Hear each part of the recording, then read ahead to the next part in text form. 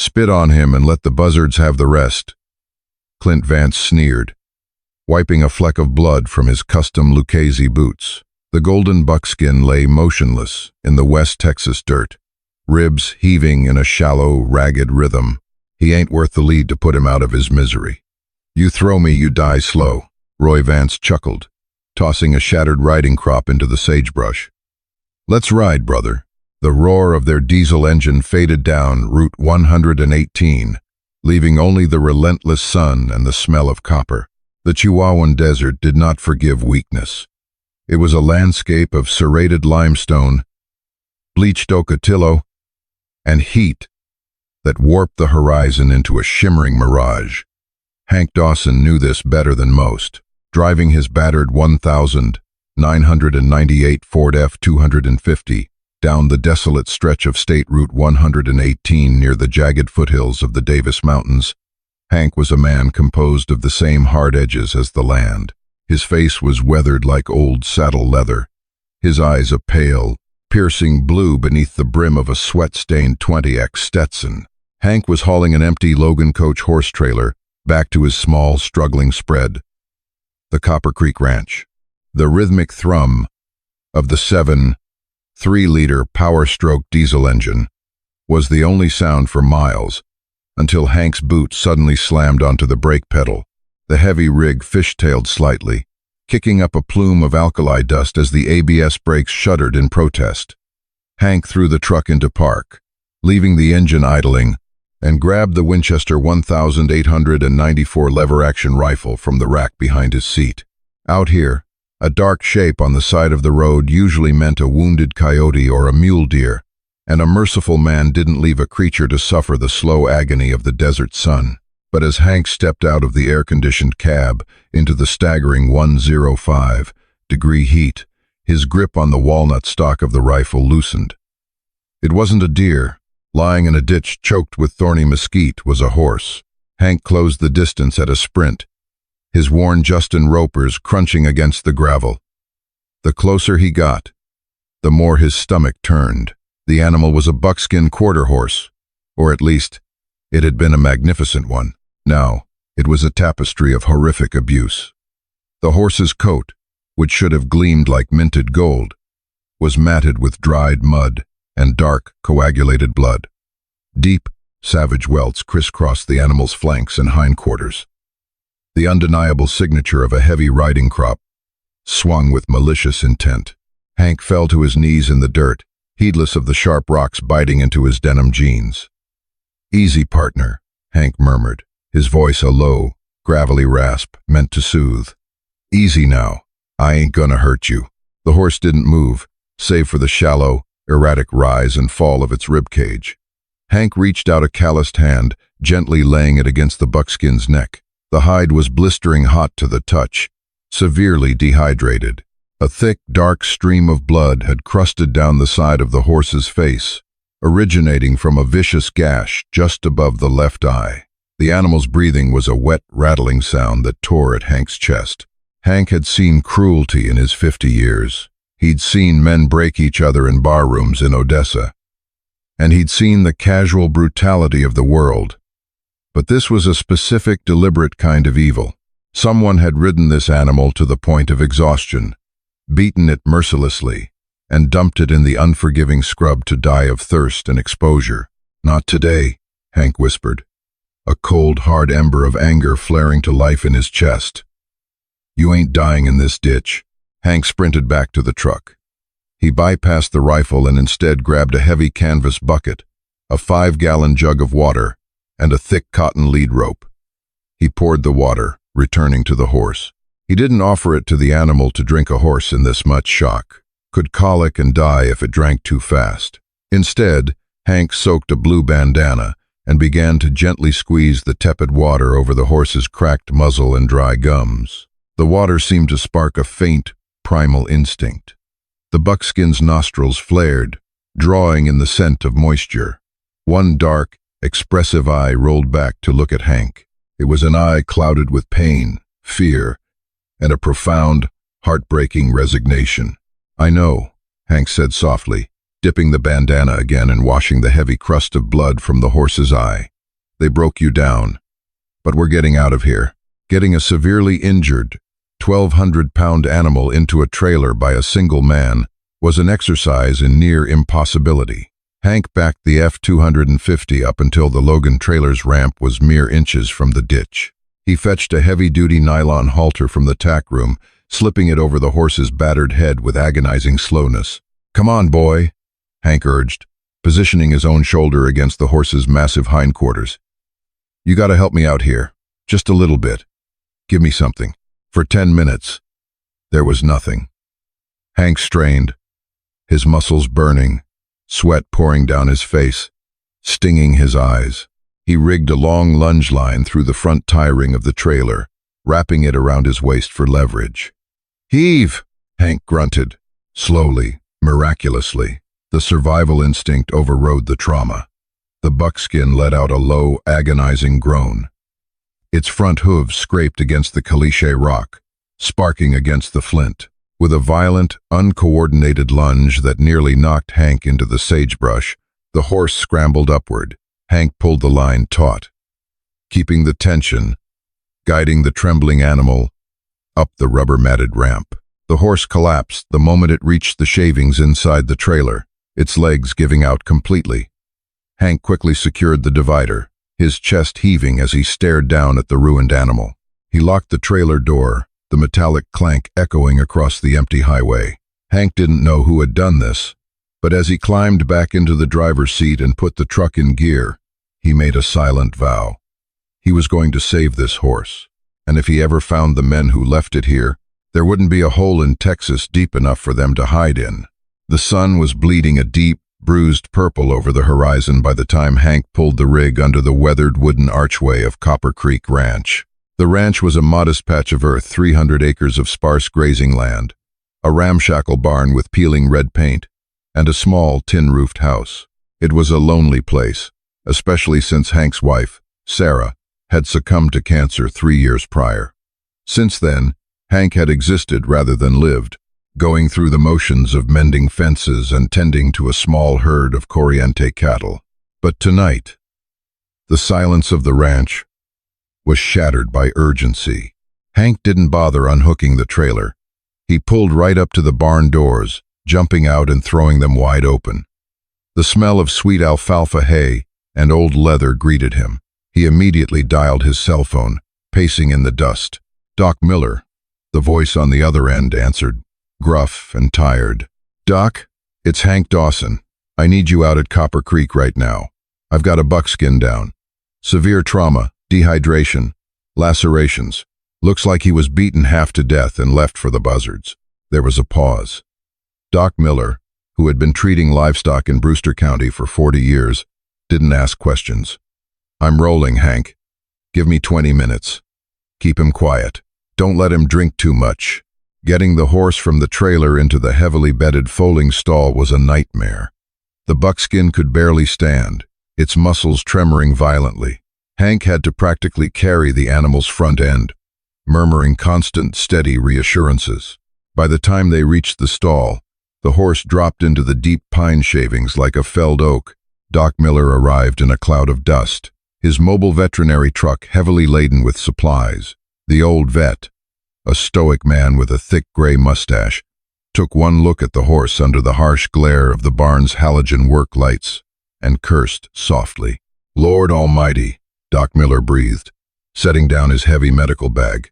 "Who in the hell does something like this?" "I don't know," Hank said, his voice tight. "Found him on 118 near the foothills." "Well, let's see if we can keep his ghost in his body," Doc said, immediately getting to work. The next 4 hours were a blur of blood, betadine, and desperate measures. Doc Miller hung 3 separate bags of lactated Ringer's solution from the stall rafters, running a thick IV line into the horse's jugular to combat the severe dehydration and shock. Hank acted as the vet's assistant, holding flashlights, passing surgical scissors, and keeping a firm, comforting hand on the horse's neck. They cleaned out the deep lacerations on the flanks. Doc Miller had to put 30 stitches into the gaping wound above the horse's eye. "This wasn't a branch or a wire cut, Hank," Doc said grimly, tying off a suture. "This was a blunt instrument, a crowbar, maybe the heavy end of a loaded riding crop. They were trying to blind him." Hank's jaw muscles feathered. "Will he make it?" Doc Miller packed up his tools, his hands stained with iodine. He looked down at the motionless animal. The heavy breathing had stabilized slightly due to the IV fluids, but the horse's core temperature was still dangerously low. "It's 50-50, Hank. He's young, maybe 5 or 6 years old. Look at his conformation.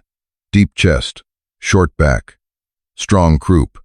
He's a well-bred animal, but his spirit, a horse can just decide to give up when they've been abused this badly. They lose the will to stand. If he doesn't get up by tomorrow morning, his internal organs will start to fail under his own weight." Doc handed Hank a bottle of Banamine for the pain and a heavy course of antibiotics. "I'll be back at dawn. Keep him warm." When the vet's truck taillights faded down the dirt driveway, Hank was left alone in the barn. He dragged a battered lawn chair into the stall. Sitting in the corner with a chipped mug of black Folgers coffee, he threw a heavy wool Pendleton blanket over the horse's barrel to trap whatever heat the animal had left. The night stretched on, an eternity of shadows and the smell of antiseptic. Hank watched the rise and fall of the blanket. He thought about Sarah. He thought about the helpless feeling of sitting beside her hospital bed, watching a disease slowly strip away the woman he loved, unable to stop it. He had lost that fight. He had watched the light fade from her eyes, and a part of him had died in that sterile room. Hank leaned forward, setting his coffee down. He moved closer to the horse, sitting cross-legged in the shavings near the animal's head. He reached out, gently stroking the soft velvet of the horse's muzzle, carefully avoiding the bandages. "You can't quit on me," Hank whispered into the quiet barn. The only sound was the wind howling against the tin roof. "I know humans haven't given you much reason to trust them, but I ain't them. You gotta fight. You hear me? You gotta fight back." Around 3 a.m., the temperature dropped sharply. Hank shivered in his denim jacket. Suddenly, the horse shifted. The buckskin let out a long, shuddering breath. The dark eye fluttered open. For the first time, it didn't look cloudy with impending death. It looked at Hank, focusing on the man who had sat with him in the dark. Slowly, agonizingly, the horse rolled onto its sternum. Hank held his breath, not daring to move. The horse planted its front hooves, the muscles in its neck straining. With a massive heave, the buckskin pushed itself up. It stood trembling, swaying like a drunkard, but it was standing. Hank let out a breath he didn't know he was holding. A fierce, stinging pressure built behind his eyes. He slowly stood up, keeping his hands visible, and poured a small bucket of fresh water, offering it to the horse. The buckskin lowered its head, sniffing the water, then took a long, slow drink. After it finished, it lifted its heavy head and nudged Hank's shoulder, a fleeting, fragile gesture of connection. "All right," Hank said, a genuine smile cracking his weathered face for the first time in years. "All right. I think I'll call you Spirit, because they sure as hell didn't break yours." The recovery of the horse was not a matter of days, but of grueling months. Spring bled into a scorching West Texas summer. Slowly, the horrific wounds on Spirit's flanks turned into raised, hairless scars. The buckskin began to fill out. The high-protein alfalfa and grain mix Hank bought, often sacrificing his own grocery budget, putting muscle back onto the skeletal frame. As the physical wounds healed, Hank focused on the mental ones. Spirit was deeply traumatized. A sudden movement, the sharp crack of a breaking twig, or the sight of a coiled lariat would send the horse into a blind, trembling panic. Hank spent hours just standing in the round pen with him, doing nothing, demanding nothing, simply proving that his presence didn't equal pain. It was during one of Doc Miller's follow-up visits, about 6 weeks into the recovery, that the first piece of the puzzle fell into place. Doc was examining Spirit's hooves. The horse had been missing 3 shoes when Hank found him, but one remained, twisted and dangerously overgrown on the right hind hoof. Doc Miller used his nippers to pull the iron shoe off. "Look at this," "Hank," Doc said, holding the heavy steel shoe up to the light. Hank took it. It was unusually heavy, with a distinct asymmetrical wedge welded to the heel. "Corrective shoe? And a brutal one," Doc said in disgust. "This is a bar shoe designed to artificially alter the horse's gait, forces them to step higher. It puts immense strain on the tendons. It's an old, illegal trick used in high-stakes show rings to make a horse look flashier than it is. It causes chronic pain. Whoever owned this horse wasn't a cowboy. They were trying to rig a show." Doc pointed to a small, intricate stamp near the toe of the shoe, a diamond with a V inside it. Hank's blood ran cold. "The diamond V. Yeah," Doc said quietly, packing his tools. "Clint and Roy Vance. You best be careful, Hank. Those boys don't play by the rules. And they own half the politicians in Brewster County, the Vance brothers." Everyone in the Trans-Pecos region knew the name. They were third-generation money, oil barons who had decided to play cowboy. Their ranch, the Diamond 5, was a sprawling, ultra-modern compound near Alpine, complete with helicopter pads and imported European warmbloods. But the brothers were notorious for their ruthless business tactics. They had been aggressively buying up water rights, damming creeks, and starving out smaller ranchers. There were whispers of cattle rustling, of intimidation, but nobody ever had the proof or the courage to stand up to them. The next day, Hank drove his truck into Alpine, pulling into the gravel parking lot of McCoy's building supply. He needed fencing wire, but mostly, he needed information. The feed store was the epicenter of local gossip. Hank leaned against the counter, paying for his wire. "Old Man Jenkins," Hank said to the proprietor, a balding man with wire-rimmed glasses. "You shoe horses for the Diamond V?" Jenkins looked around nervously, lowering his voice. "I used to, Hank, till Clint Vance asked me to put weighted shoes and soaring pads on a young buckskin stud he bought out of Oklahoma. Wanted to make the horse a high stepper for the regional shows. I told him it was animal cruelty. He fired me on the spot, brought in some hack from out of state to do it." "What happened to the buckskin?" Hank asked, his grip tightening on the counter. "Horse had too much fire," Jenkins whispered. "Clint's got a heavy hand. Tried to beat the submission into the animal. Word is, about 2 months ago, Clint was trying to force the horse over a jump it couldn't make because of those damn shoes. The horse refused, bucked, and threw Clint right into a corral fence. Broke Clint's collarbone. The brothers loaded the horse into a trailer that same afternoon, said they were taking him to the slaughterhouse in Mexico. Nobody seen the horse since." Hank thanked Jenkins and walked out into the blinding sunlight. The puzzle was complete.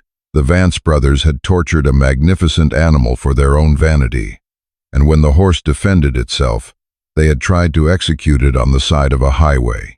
Hank climbed into his truck, staring out toward the direction of the Diamond V Ranch. He wasn't a violent man by nature, but looking at his scarred hands on the steering wheel, he knew some debts had to be paid in full. He wasn't going to the law. The law worked for the Vances. He was going to hit them where it hurt the most. Their pride and their wallet. By the time autumn painted the Davis Mountains in strokes of rust and gold, Spirit was unrecognizable from the dying creature Hank had pulled from the ditch. The buckskin's coat was a slick, radiant gold. The black points on his legs and mane sharp and distinct. He had muscled up, standing a proud 15 hands high, possessing the broad chest and powerful hindquarters of elite quarter-horse lineage. But the physical transformation was secondary to the mental one. Hank had started the groundwork slowly. He used natural horsemanship techniques, no bits, no spurs, no whips. He used body language, pressure, and release. He taught Spirit that humans could be partners, not predators. The day Hank finally put a saddle on Spirit was a quiet morning in November. He laid the thick Navajo blanket over the scarred back, feeling the horse tense slightly, then relax. Hank gently swung the old custom-made Wade tree saddle into place, tightening the cinch with agonizing slowness. Spirit simply turned his head, watching Hank with large, intelligent eyes, chewing on his bit. Hank stepped onto the mounting block, took a fistful of the black mane, and swung his leg over. He settled his weight into the saddle. He waited for the explosion. He waited for the buck, the panic. Spirit stood perfectly still. His ears flicked back to listen to Hank. Then forward, awaiting a command. "All right, partner." Hank breathed, squeezing his calves gently against the horse's barrel. "Let's walk." Spirit stepped out. His gait was smooth, fluid, and incredibly powerful. The scars on his body were a roadmap of his past, but his movement was entirely focused on the future. Over the next few months, Hank discovered that Spirit was an absolute prodigy. The horse possessed cow sense, an innate, almost psychic ability to read and anticipate the movements of cattle. When Hank rode him out to gather the Corriente herd, Spirit moved like a panther. He could turn on a dime, drop his center of gravity, and cut a specific calf out from the herd with zero input from the reins. Hank only had to shift his weight in the saddle, and Spirit responded instantly. It was as if the horse and the rider shared a single nervous system. They became a legendary sight around Copper Creek. The solitary cowboy and the golden horse, flying across the scrub brush, cutting cattle with the precision of a scalpel. Hank felt a joy he hadn't experienced since Sarah was alive. Spirit had given him a purpose, and Hank had given Spirit a sanctuary. But sanctuary was expensive. The winter was harsh, and hay prices skyrocketed. The bank was threatening to foreclose on Copper Creek. Hank was down to his last few $100s. He sat at his kitchen table one evening, staring at a flyer he had picked up in town. It was an advertisement for the annual Alpine High Desert Cutting Horse Futurity. It was an elite, high-stakes competition. The entry fee was steep, but the grand prize was $25,000, enough to save the ranch and keep them fed for 2 years. Hank looked out the window. Spirit was standing in the paddock, his golden coat gleaming under the moonlight, watching the house. Hank knew who would be at that competition. The Vance brothers dominated the local shows. They bought the best horses money could buy and hired professional riders to win the buckles and the cash, cementing their status as the kings of the county. Entering the competition meant stepping out of the shadows. It meant exposing Spirit to the men who had tried to kill him. It was a massive risk, but looking at the proud, powerful animal, Hank realized something. Spirit wasn't a victim anymore. He was a warrior. And it was time for the warrior to face his demons. Hank picked up a pen and signed the entry form. The Alpine Livestock Arena was a cauldron of noise, dust, and money. The bleachers were packed with local ranchers, tourists, and wealthy investors. The smell of frying funnel cakes mixed heavily with the sharp scent of manure, sweat, and expensive leather. Hank backed his rusted Logan trailer into a spot between two massive, custom-painted living quarter rigs. He felt the dismissive stares of the professional trainers, men dressed in starched cinch shirts and custom chaps. Hank wore his faded jeans, his battered Stetson, and a simple pearl snap shirt. He unloaded Spirit. The buckskin stepped off the ramp, his head held high, nostrils flaring as he took in the overwhelming environment. For a brief second, Spirit tensed, his eyes widening. Hank stepped to his shoulder, resting a steady hand on the horse's neck. "You're all right," Hank murmured, feeling the horse's heartbeat steady against his palm. "I got you. They can't touch you here." Hank saddled Spirit and led him toward the warm-up arena. As they walked through the bustling alleyway, a sudden silence seemed to ripple through the crowd near the concession stands. Hank didn't have to look up to know who it was. Clint and Roy Vance stood near the VIP railing. Clint was dressed immaculately in a tailored blazer, a silver belt buckle the size of a dinner plate gleaming at his waist. He was holding a plastic cup of bourbon, laughing at a joke Roy had made. Then, Clint's eyes drifted over to the warm-up pen. His laughter died instantly. The bourbon sloshed over the rim of his cup, staining his expensive boots. Clint stared at the golden buckskin. He recognized the distinct black markings on the legs. He recognized the shape of the head, but mostly, he recognized the thick, jagged scar tissue crisscrossing the horse's hindquarters. Clint Vance shoved his way through the crowd, Roy hot on his heels. They approached the rail of the warm-up pen just as Hank swung up into the saddle. "Dawson!" Clint barked, his face flushing a deep, angry crimson. Hank didn't flinch. He slowly turned Spirit around to face the rail. The horse let out a low snort, its ears pinning back slightly at the sight of the man, but he held his ground, trusting the weight of the rider on his back. "Vance," Hank said evenly, his voice carrying over the din of the arena. "Where the hell did you get that horse?" Clint demanded, gripping the top rail. "That's my property." Hank leaned forward, resting his forearms on the saddle horn. "I found this animal bleeding out in a ditch on 118 about 8 months ago. According to Texas livestock law, an abandoned, unbranded animal without a registered microchip that is nursed back to health by a rescuer belongs to the rescuer." Hank paused, his blue eyes turning to ice. "Unless, of course, you want to admit in front of all these folks that you beat this animal half to death and dumped him to die." The crowd around them had gone dead silent, listening to the exchange. Clint's face contorted with rage. He knew he was trapped. Admitting ownership meant admitting to a felony animal cruelty charge. "You're a dead man, Dawson. You and that broken-down nag." "He ain't broken," Hank said softly, "and he's about to take your money." The competition began an hour later. The rules of cutting were simple but required absolute perfection. The rider must separate a single calf from a herd of cattle in the arena, and the horse must prevent the calf from returning to the herd. The rider must drop the reins. The horse must work entirely on its own instinct and athleticism. Clint Vance's hired professional rode a stunningly expensive sorrel mare. They put on a clinical, technically perfect performance, scoring a massive 76 points from the judges. The crowd erupted. Clint stood by the rails, smirking in triumph. Then, the announcer's voice echoed through the crackling speakers. "Next up, Hank Dawson on Spirit." Hank rode into the deep sand of the arena. The crowd murmured. The horse lacked the flashy silver tack of the competitors. Hank rode in a plain working saddle, but as Spirit locked eyes on the herd, his entire demeanor changed. He lowered his head, his ears flicking, his muscles coiling like a steel spring. Hank selected a stubborn, quick-footed black Angus calf. He rode deep into the herd, pushing the calf out.